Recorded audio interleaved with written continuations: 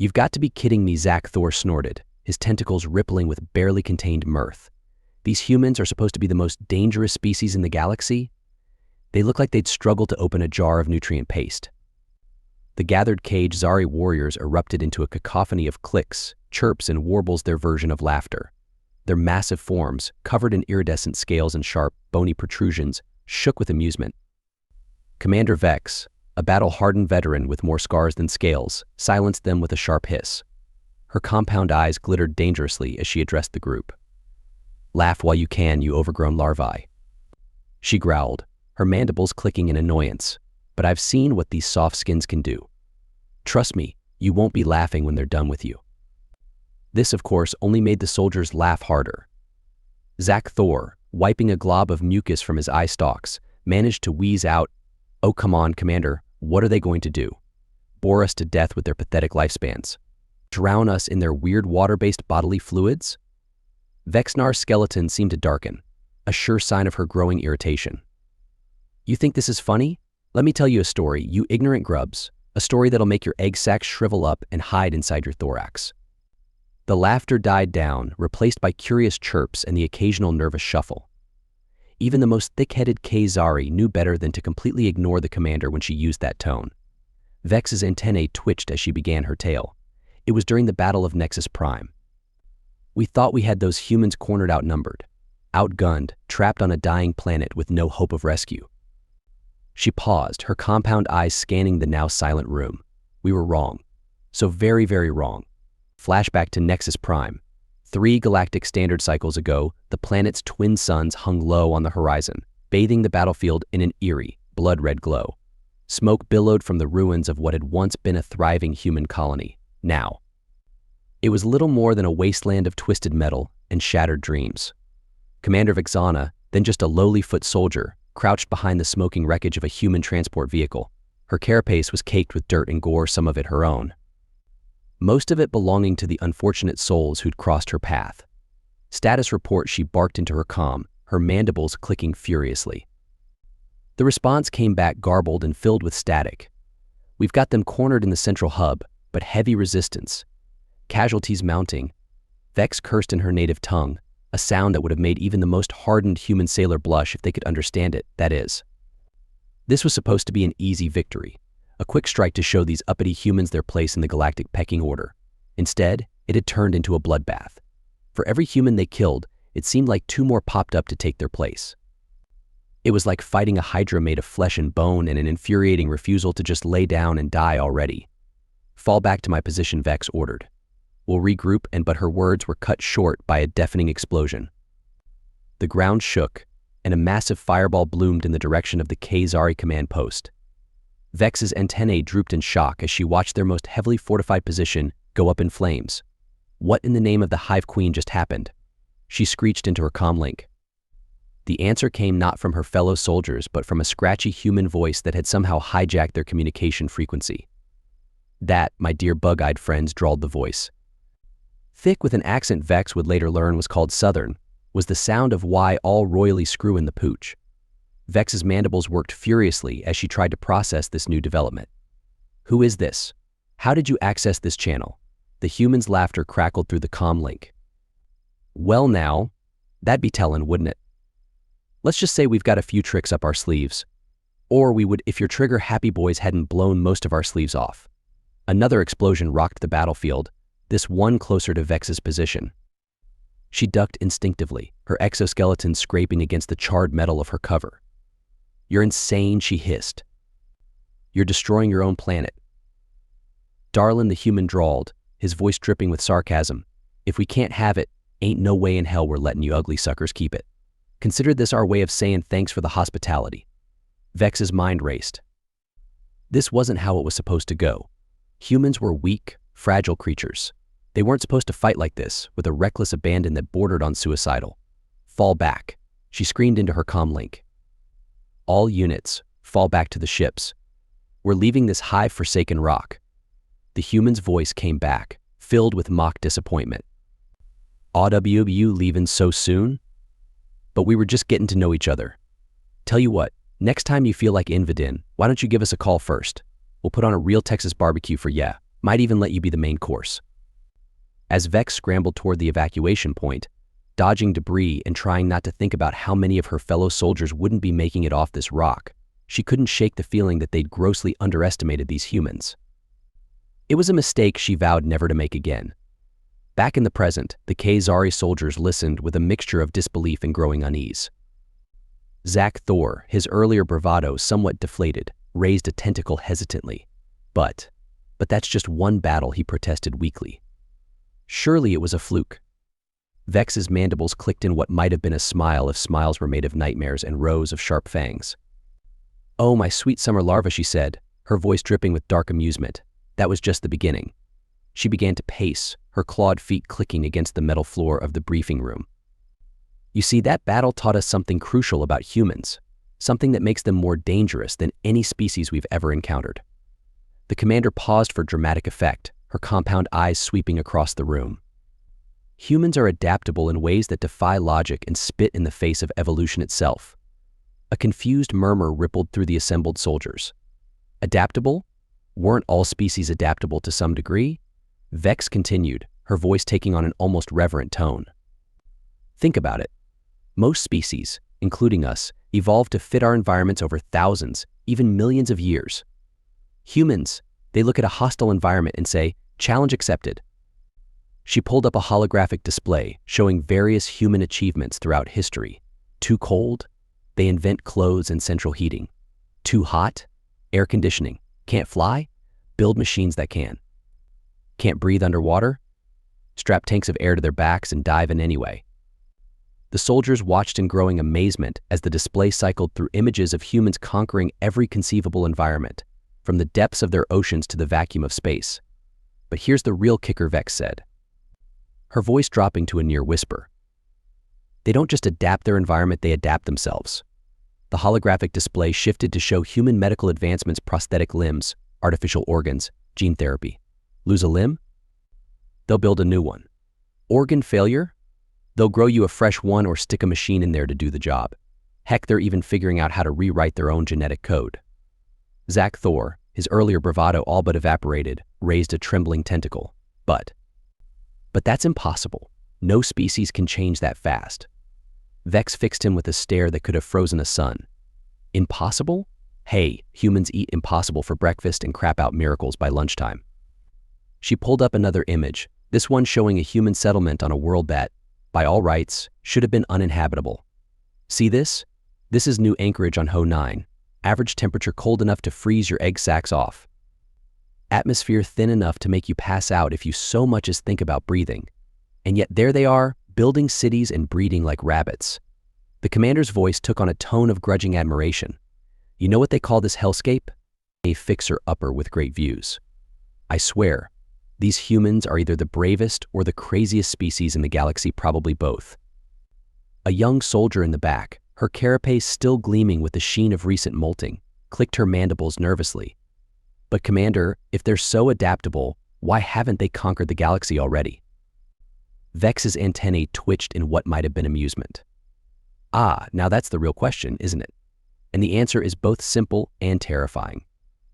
She pulled up a final image, a lush blue-green world that every soldier recognized instantly: Earth, the human homeworld.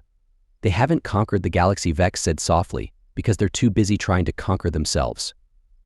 The room fell silent as the implications of that statement sank in. Vex continued, her voice filled with a mixture of awe and fear. "Imagine a species so competitive, so driven, that they spend most of their history fighting each other. They've turned war into an art form, conflict into a science. And now, just when they've finally started to unite and look to the stars, here we come, giving them a common enemy." She clicked off the holographic display, plunging the room into darkness, broken only by the glow of bioluminescent panels and the soldiers' own phosphorescent markings. "Make no mistake," Vex said, her voice cutting through the gloom, "humans are dangerous. Not because they're stronger, faster, or tougher than us, but because they simply refuse to accept limitations. To them, the impossible is just a challenge they haven't overcome yet." The commander's eyes seemed to glow with an inner fire as she delivered her final warning. "So laugh if you want, underestimate them at your peril.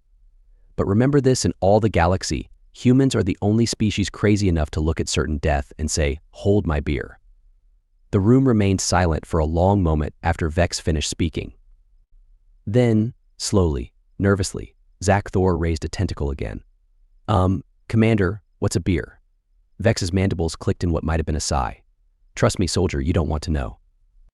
As the briefing dispersed, the Khazari soldiers filed out in uncharacteristic silence, their earlier bravado replaced by thoughtful and somewhat nervous clicks and chirps. Vex watched them go, her compound eyes unreadable. Once the last soldier had left, she turned to her second in command, a grizzled veteran named Creek. Well, do you think they got the message? Creek's antennae twitched in what passed for a shrug among their species. Hard to say, Commander. You know how young soldiers are all bravado and bluster until they're face to face with the enemy? Vex nodded, her exoskeleton creaking slightly as she moved to look out the viewport. The vast expanse of space stretched out before her, dotted with the twinkling lights of distant stars and the ominous silhouettes of warships. They'll learn, she said softly. One way or another, they'll learn. Creek moved to stand beside her, his own battle-scarred carapace a testament to years of hard-fought campaigns. You really think the humans are that dangerous? I mean, I've heard the stories, but... Vexana turned to face him, her compound eyes reflecting the starlight. Creek, old friend, let me tell you another story. One that I've never shared before because, quite frankly, I'm still not sure I believe it myself. She gestured to a pair of seats, and they both settled in, a process that involved much clicking of exoskeletons and careful arrangement of limbs. It was about a cycle after the Battle of Nexus Prime Vex began, her voice taking on a distant quality. I was part of a reconnaissance mission to a human-controlled world. We were supposed to gather intelligence, assess their defenses, the usual pre-invasion prep work. Creek nodded, his antennae twitching with interest. Everything was going according to plan. We'd managed to infiltrate one of their military bases, disguised as maintenance drones, and then... Vex paused, her mandibles working as if trying to find the right words. And then we saw him. Him? Creek prompted. The human soldier. But not like any we'd seen before. This one was more machine than man. Vex's eyes seemed to lose focus as she recalled the memory. He moved with a fluidity that shouldn't have been possible for something made of metal and circuits. His arms were weapons not holding weapons, but actual integrated weapon systems. And his eyes. By the Hive Queen, his eyes glowed with an inner light that made my carapace want to crawl right off my body. Creek listened in rapt attention, his own antennae quivering with a mixture of fascination and disbelief. But here's the thing that really got me, Vex continued. The other humans, the normal ones, they weren't afraid of him. They treated him like just another soldier, joked with him, slapped him on the back, which, let me tell you, made a clang that still haunts my nightmares. She leaned in closer, her voice dropping to a near whisper. I overheard one of them talking about the augmentation program.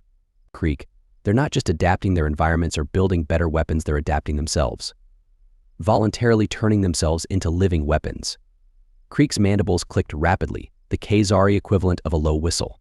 That's insane. No sane species would do that to themselves. Vex nodded grimly. Exactly. And that's what makes them so dangerous. They don't think like us, don't have the same limitations or fears. To them, the line between biology and technology is more of a suggestion than a rule. She leaned back in her seat, her exoskeleton creaking slightly. You know what really keeps me up at night, though? The thought that what we saw might just be the tip of the iceberg. If they're doing this openly in military bases, imagine what they're working on in their secret research facilities. Creek was silent for a long moment, processing this information. Finally, he spoke, his voice uncharacteristically subdued. So what do we do, Commander? How do we fight an enemy that's constantly changing, constantly adapting? Vex's mandibles clicked in a grim approximation of a smile. We adapt too, old friend. We learn, we evolve, and we pray to whatever gods might be listening that it's enough. She stood up, her exoskeleton creaking slightly with the movement. But first, we need to make sure our soldiers understand what they're up against. No more of this humans are weak nonsense. They need to know the truth, no matter how terrifying it might be. Creek nodded, rising to join her. Agreed. But do you think they'll believe us? I mean, some of these stories sound almost too fantastical to be true. Vex's compound eyes seemed to glitter with a mix of amusement and resignation. Oh, they'll believe. Because we're going to show them. 2 days later, The Khazari battlecruiser Hive's vengeance hung in high orbit around a nondescript brown planet. The assembled soldiers, including a still skeptical Zach Thor, crowded around viewports and holographic displays. Vex's voice crackled over the ship's communication system. Pay attention, larvae brains. What you're about to see is classified footage from our intelligence division. If I catch anyone recording this or spreading it around, I'll personally rip out your antennae and feed them to you. Understood? A chorus of affirmative clicks and chirps answered her. The main view screen flickered to life, showing a grainy image of what appeared to be a human military installation. The footage was shaky, clearly taken by a concealed camera. This, Vex narrated, is Firebase Echo on the human colony world of New Thermop. Population officially 0. Unofficially. Well, watch and learn. The image zoomed in on a group of humans going about their daily routines. At first glance, they looked normal enough if you could call any human normal. But as the camera focused on individuals, the soldiers began to notice the oddities. One human lifted a crate that should have been impossible for a being of that size to move. Another seemed to shimmer slightly, their outline blurring as if they weren't quite solid. A third moved with a speed and grace that made even the agile Khazari soldiers look clumsy by comparison. What are we looking at, Commander? Zach Thor's voice quavered slightly. The future of human warfare, Vex replied grimly, or at least one possible future. Enhanced strength, adaptive camouflage, augmented reflexes, and that's just what we can see on the surface. The footage shifted, showing a human in what appeared to be a medical bay. As the assembled Khazari watched in horrified fascination, the human's arm transformed metal and circuitry flowed like water, reshaping the limb into a weapon that hummed with barely contained energy. Nanite integration, Vex explained, her voice tight. Billions of microscopic machines working in harmony with human biology. They can reshape their bodies at will, adapt to almost any environment or situation in real time. A collective shudder ran through the assembled soldiers. The idea of willingly allowing machines to infest one's body was so alien, so utterly repugnant to Khazari sensibilities, that many found it difficult to even process. But that's abominable. One young soldier chittered. How could they do that to themselves? Vex's laugh was devoid of any real humor. You're thinking like a Khazari. Humans don't see it as a violation or a loss. To them, it's an upgrade in evolution. The footage continued, showing more examples of human augmentation and adaptation soldiers with built-in armor plating, others who could interface directly with their weapons and vehicles, some who seemed to defy the laws of physics, manipulating energy fields with a thought. As the presentation came to an end, Vex addressed the stunned soldiers. Now do you understand? This is what we're up against, a species that views their own bodies as just another tool to be improved, another frontier to be conquered. She paused, letting her words sink in. But here's the real kicker: this footage is 3 years old. Imagine what they've come up with since then. The silence that followed was profound. Even Zach Thor, usually never at a loss for words, seemed struck dumb. Finally, Krieg spoke up. So what's our strategy, Commander? How do we fight an enemy like this? Vex's mandibles clicked in what might have been a grim smile. We adapt, we learn, and most importantly, we stop underestimating them. She pulled up a new holographic display, this one showing a map of known human territory. Our first step is to gather more intelligence. We need to know everything we can about their capabilities, their weaknesses, their plans. The commander's voice took on a tone of grudging admiration. And then we start thinking like humans. We need to be more creative, more flexible in our strategies. No more relying solely on overwhelming force or superior numbers. She turned to face the assembled soldiers, her compound eyes gleaming with determination. Make no mistake, this will be the fight of our lives. But we are Khazari. We've faced extinction before and survived. We'll do it again. A ripple of agreement ran through the crowd, antennae waving and mandibles clicking in a show of solidarity. Vex nodded, satisfied, dismissed. And remember, everything you've seen here is classified. Loose mandibles sink hives. As the soldiers filed out, many still visibly shaken by what they'd witnessed, Krieg approached Vex. Well, old friend, he chittered softly, I think you made your point. I haven't seen the troops this rattled since the Hive Wars. Vex's antennae twitched in acknowledgement. Good. A little fear is healthy. Keeps you alert, keeps you alive. Krieg was silent for a moment, his compound eyes focused on the slowly rotating holographic display of human space. Do you really think we can win this, Commander? Against an enemy that seems to rewrite the rules of biology and physics on a whim? Vex's mandibles clicked thoughtfully. Win? I'm not sure that's the right word anymore, old friend. Survive, perhaps. Adapt, certainly. She turned to face her second in command, her voice taking on a tone that was part determination, part resignation. But here's the thing about humans that I've learned. Creek, they're not just dangerous because of their technology or their adaptability. They're dangerous because, deep down, they're not that different from us. Creek's antennae twitched in confusion. How do you mean? They're survivors, Vex explained, just like us. They faced extinction-level events, wars that should have wiped them out, environmental disasters that should have ended their civilization, and every single time, they've come back stronger. She gestured to the holographic display, where tiny pinpricks of light represented human colonies and outposts. Look at how they spread, how they thrive in environments that should be lethal. They're driven by the same thing that drives us, the need to ensure their species survives, no matter the cost. Creek absorbed this in silence, his compound eyes reflecting the soft glow of the holographic stars. So what do we do? He finally asked. Vex's mandibles clicked in what might have been a smile, if smiles were made of determination and just a hint of madness. We learn from them. We push ourselves beyond our limits. And maybe, just maybe, we find a way to coexist. She turned back to the display, her voice taking on a tone of grim humor. After all, if we can't beat them, we might as well join them.